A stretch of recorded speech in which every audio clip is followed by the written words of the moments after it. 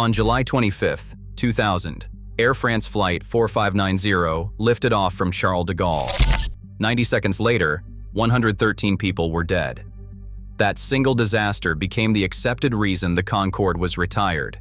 But the documentary trail tells a different story, one built on Boeing lobbying, FAA regulatory barriers, and a coordinated 2003 shutdown executed by the very corporations that built the aircraft.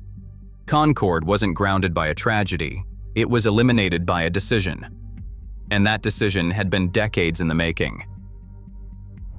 Concorde existed entirely outside the boundaries of standard civil aviation.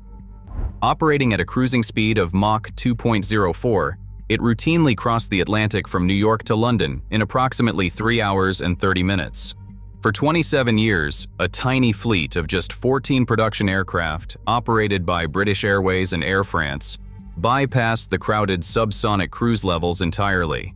Concorde flew in the calm, thin air near 60,000 feet, far above the weather and standard commercial traffic, where passengers could clearly see the curvature of the Earth.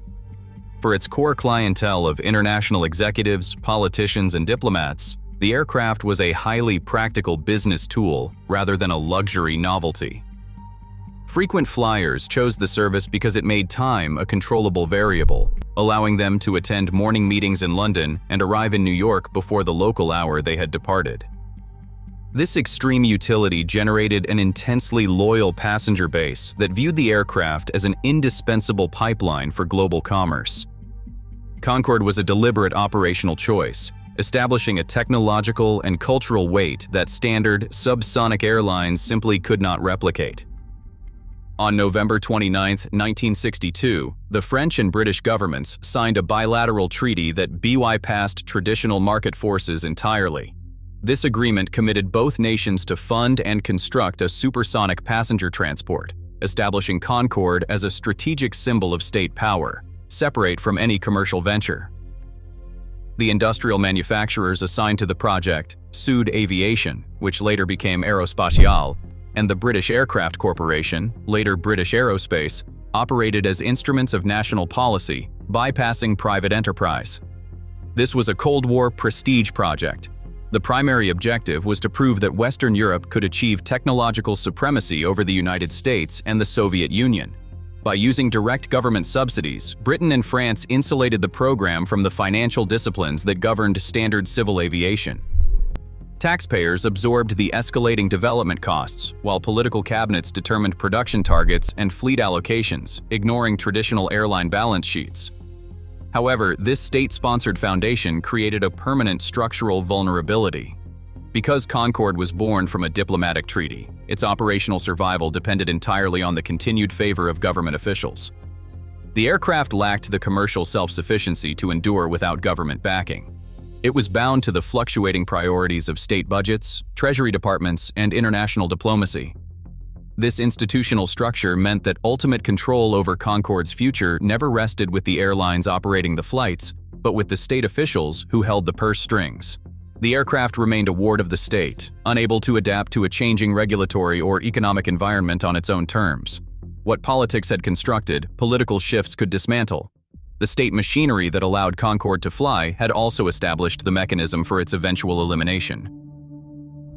The American response to the European supersonic threat began with its own state-backed competitor. Boeing designed the 2707, a massive delta-wing airliner intended to fly at Mach 2.7 and carry 300 passengers, dwarfing Concorde's capacity. But domestic political support for the taxpayer-funded project dissolved under intense budget scrutiny. On March 19, 1971, the House of Representatives voted 215 to 204 to cut federal funding for the program. 6 days later, on March 25th, the Senate sealed its fate with a 51 to 46 vote, ending America's direct supersonic ambitions. With its own commercial option off the table, Washington shifted its strategy from competition to regulation. On April 27, 1973, the Federal Aviation Administration implemented a blanket prohibition on civil supersonic overflight.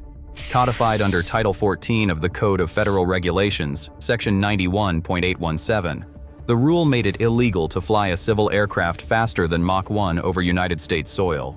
the agency justified the ban on environmental grounds, specifically public opposition to sonic booms. But the regulatory action had an immediate, permanent operational impact. It closed transcontinental routes across the United States, forcing Concorde to fly at subsonic speeds until it cleared the coastlines. This policy structurally isolated the aircraft, locking it out of the world's most lucrative aviation market before commercial service even began. Boeing was not a neutral observer in this regulatory blockade. It was an active combatant.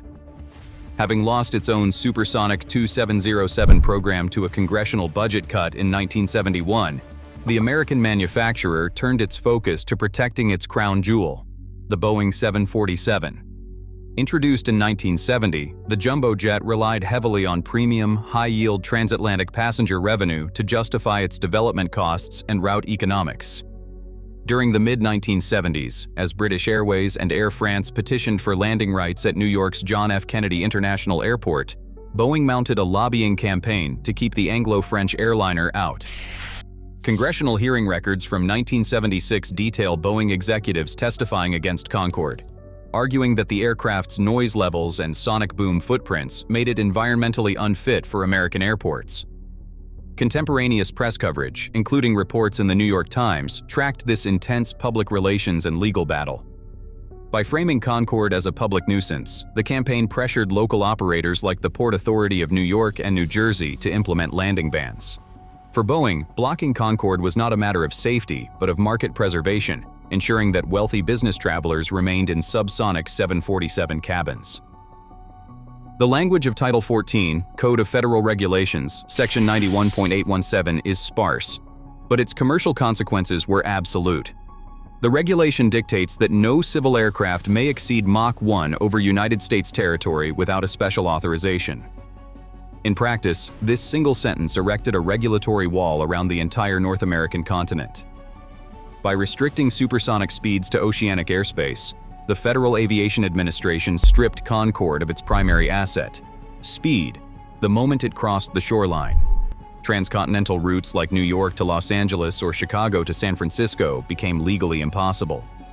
The aircraft was forced to fly at standard, subsonic speeds over land, burning massive amounts of fuel inefficiently in thick air without the benefit of supersonic transit.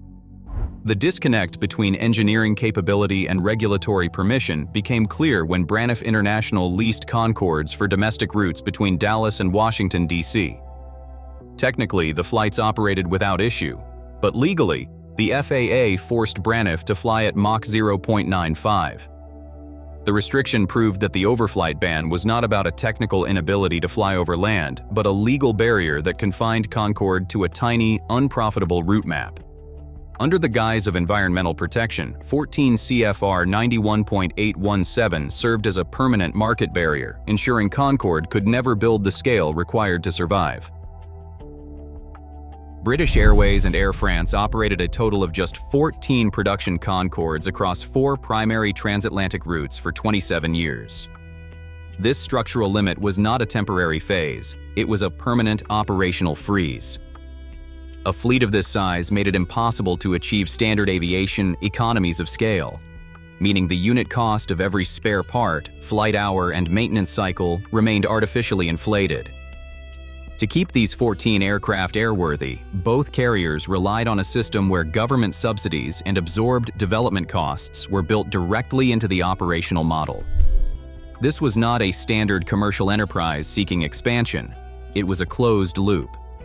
Because the 1962 treaty had dictated production limits and restricted market access, the fleet scale was effectively locked in from the beginning.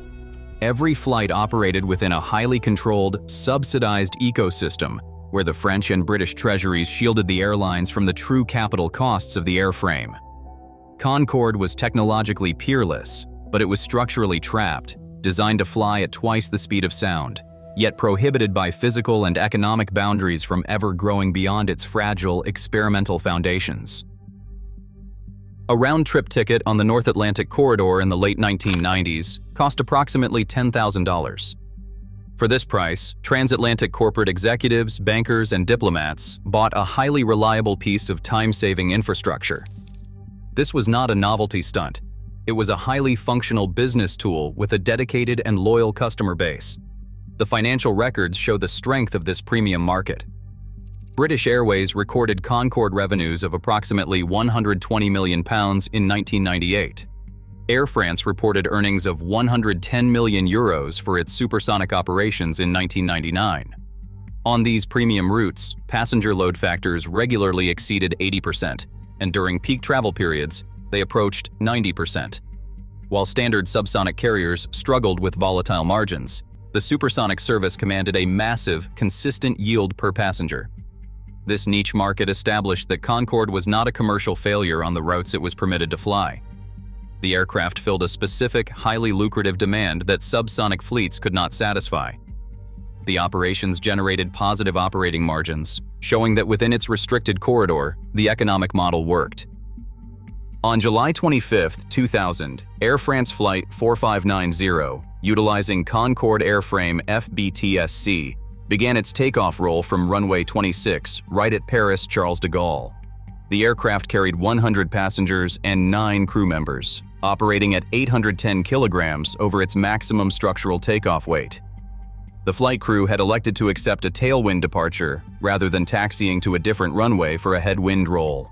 Minutes earlier, a Continental Airlines DC-10, registration N13067, had departed the same strip of asphalt. During its takeoff run, the DC-10 shed a titanium alloy wear strip. As the Concorde accelerated past 175 knots, its front right tire on the left main gear, the number 2 tire, struck this metallic debris. The contact sliced the tire, causing an immediate blowout. A large fragment of rubber, weighing roughly 4.5 kilograms, was thrown upward against the underside of the wing at high speed. The debris did not pierce the metal skin of the wing. Instead, the force of the impact created a severe hydrostatic shock wave within fuel tank number 5, which was completely full. The pressure wave ruptured the tank from the inside out. Jet fuel began spilling from the breach at an estimated rate of 75 liters per second. This fuel immediately vaporized in the turbulent air, contacting either hot engine components or exposed electrical wiring, and ignited into a massive fire under the left wing. Hot gases and fuel ingestion caused immediate power loss in engines 1 and 2. Dragging the landing gear and unable to gain altitude, the aircraft lost control. The official report by the Bureau d'Enquête et d'Analyse established this precise physical sequence of events as the definitive cause of the crash. On August 16, 2000, the UK Civil Aviation Authority and the French Direction Générale de l'Aviation Civile officially suspended Concorde's certificates of airworthiness. This was a temporary regulatory halt to buy time for engineering solutions rather than a final retirement. Over the next 14 months, British Airways, Air France, and manufacturing partners executed a targeted modification program. Engineers lined the wing fuel tanks with flexible Kevlar rubber protective liners. Michelin introduced stronger, near-zero growth radial tires, while airport authorities established strict runway inspection procedures to eliminate foreign object debris. The technical reset cost British Airways nearly £30 million and Air France €17 million. On September 5, 2001, the CAA and DGAC issued a joint airworthiness directive declaring the safety problem resolved. By November 7, 2001, commercial passenger flights resumed. The fleet was cleared to fly, backed by official regulatory assurances that the structural vulnerability had been completely engineered out of the airframe. On September 11, 2001, just 6 days after the airworthiness clearance was signed, the global aviation market collapsed. The terrorist attacks in New York and Washington destroyed the premium transatlantic travel sector overnight. Corporate boards and investment banks, facing a severe economic downturn, banned supersonic travel and slashed executive travel budgets. When Concorde passenger flights resumed on November 7, 2001, the loyal business base had vanished. British Airways and Air France confronted empty cabins on routes that previously commanded 80% load factors. The timing was ruinous. Having spent nearly €50 million combined on safety modifications, the carriers now faced a market where high-yield demand had evaporated, leaving them with massive operational overhead and rapidly mounting deficits on every flight. On May 19, 2003, Air France initiated the final retirement sequence, announcing the permanent termination of its supersonic passenger operations. Within hours, British Airways issued its own matching retirement schedule, an immediate corporate alignment that has never been fully explained. The operational reality behind this tight decision window was dictated entirely by Airbus. As the corporate successor to the original builders, Airbus withdrew its mandatory engineering, spare parts, and technical support, refusing to maintain the aircraft's type certificate. With the stroke of a pen, Airbus decommissioned the tools required to keep the aircraft airworthy. Without this manufacturer backing, the British Civil Aviation Authority and the French Direction Générale de l'Aviation Civile had no legal choice but to let the airworthiness approvals expire, making continued operation a legal impossibility. Airbus directed its resources toward high-volume subsonic programs, specifically the A340 and the upcoming A380 double-decker, finding more value in high-capacity fleets than premium speed. Political support for supersonic transport had already dissolved years earlier. In 1994, British Aerospace and Aerospatiale quietly shelved their joint successor study for a next-generation Concorde, confirming that European treasuries would no longer subsidize the multi-billion-dollar development of supersonic flight. The withdrawal of Airbus support in 2003 was the final execution of this long-standing policy shift. Since Concorde's final flight on November 26, 2003, commercial aviation has not flown supersonic. The official narrative claims the technology was a dead end. The documents prove otherwise.